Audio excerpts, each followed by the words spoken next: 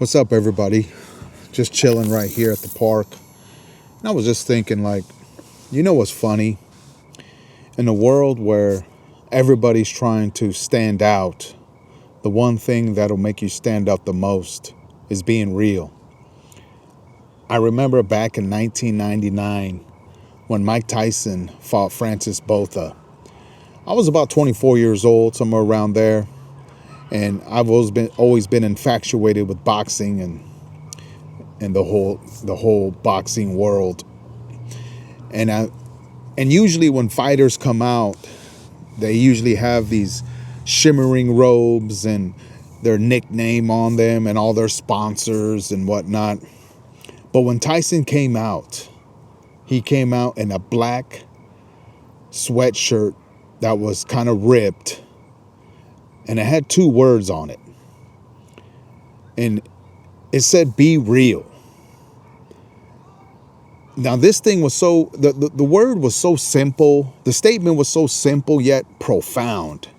Here you had this boxer who was on top of the world, and he was Iron Mike. And, he was one of the most controversial figures outside of the ring. And he still had the audacity to be real. He could have put anything on his sweater. He could have put the champ or the people's champ or knockout artist or any slew of other things, but he chose a two-word statement: be real. And I thought about how we live in this age where we live in an age of filters and clicks and likes and viral videos and all this imagery that we put before the world. But is it really you? Is it really an authentic piece of who you are?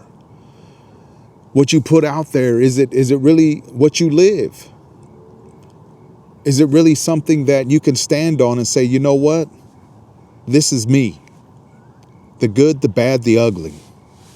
I want to be real. I want to be authentic, because the polished version of you, the performance you put on, it'll gain you a little favor for a limited time, but being real and being authentic fosters genuine, true relationships. I don't want people to see this and be like, wow, this guy has it all together. He has all the answers. He's on top of his game, because I'm not. I'm a work in progress. I want to march out to the ring of life with that sweater on. I just want to be real. Now, being real doesn't mean I'm going to post every detail of my life. It's just being real is alignment. It's what you think, what you believe, and how you behave is all aligned. Being real is just alignment. That's all it is. And I want to live a life of alignment. I want my thoughts, my actions, and my character to be aligned with who I am. When I think back on my own life, the times I made the strongest connections, the times that people actually leaned in and said, man, I felt that, were never the times when I looked perfect. It was when the times I showed up raw, honest, and maybe a little messy, but I was always real. Here's the thing. Man, this motorcycle's riding by, so excuse the audio, but look, here's the thing. When you choose real over fake, you unlock 3 powerful benefits. Number 1, people trust you more. They see themselves in your honesty. Being fake might get you attention for a moment, but realness builds lasting relationships. Now, be honest with yourself and look back. Look back on the storyline of your life, and you could recognize the times you were performing, presenting that polished version of yourself. That was fake, man. And it only cultivated fake relationships. People that wanted to get close to you because they thought you were something you weren't. But when you were real, when you were messy, when you were raw, when you were authentic, that's when you fostered the genuine relationships. Number 2, less stress, more freedom. Pretending is exhausting. We've all been there, man. I've gotten caught up in it myself. I'm guilty. And that's why I know that keeping up this mask takes energy. Being real frees you from performance. See, I want freedom, not just in my lifestyle, but in my character. Freedom to be who I am. Freedom to be who God created me to be. I want to walk in that freedom. I don't want to walk in performance. I don't want to have to check the mirror before I walk out the door of my house to make sure that the costume is on and the mask is fitting right. I want to walk out being free to be who God created me to be. Because if you like me, I want you to like me for me. If you genuinely like being around me, I want you to like being around me because of who I am, not the image that I portrayed for you. So you don't have to keep up anymore. You can just be. Number 3, long-term respect and influence. Now, the world is full of polished images that they fade fast, man. But authenticity lasts. People respect what's real because it carries credibility.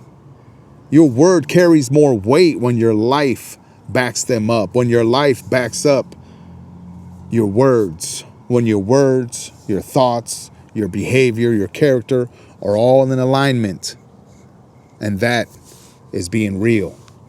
I think that's one of the takeaways that I observed when Tyson was walking out to the ring. And, at 24 years old, I didn't have the depth, the mental maturity to even make that kind of connection. But something about those 2 words resonated with me because I've always tried to, be real, be authentic. I tried being fake. I tried putting that polished version out there. I tried being something I wasn't.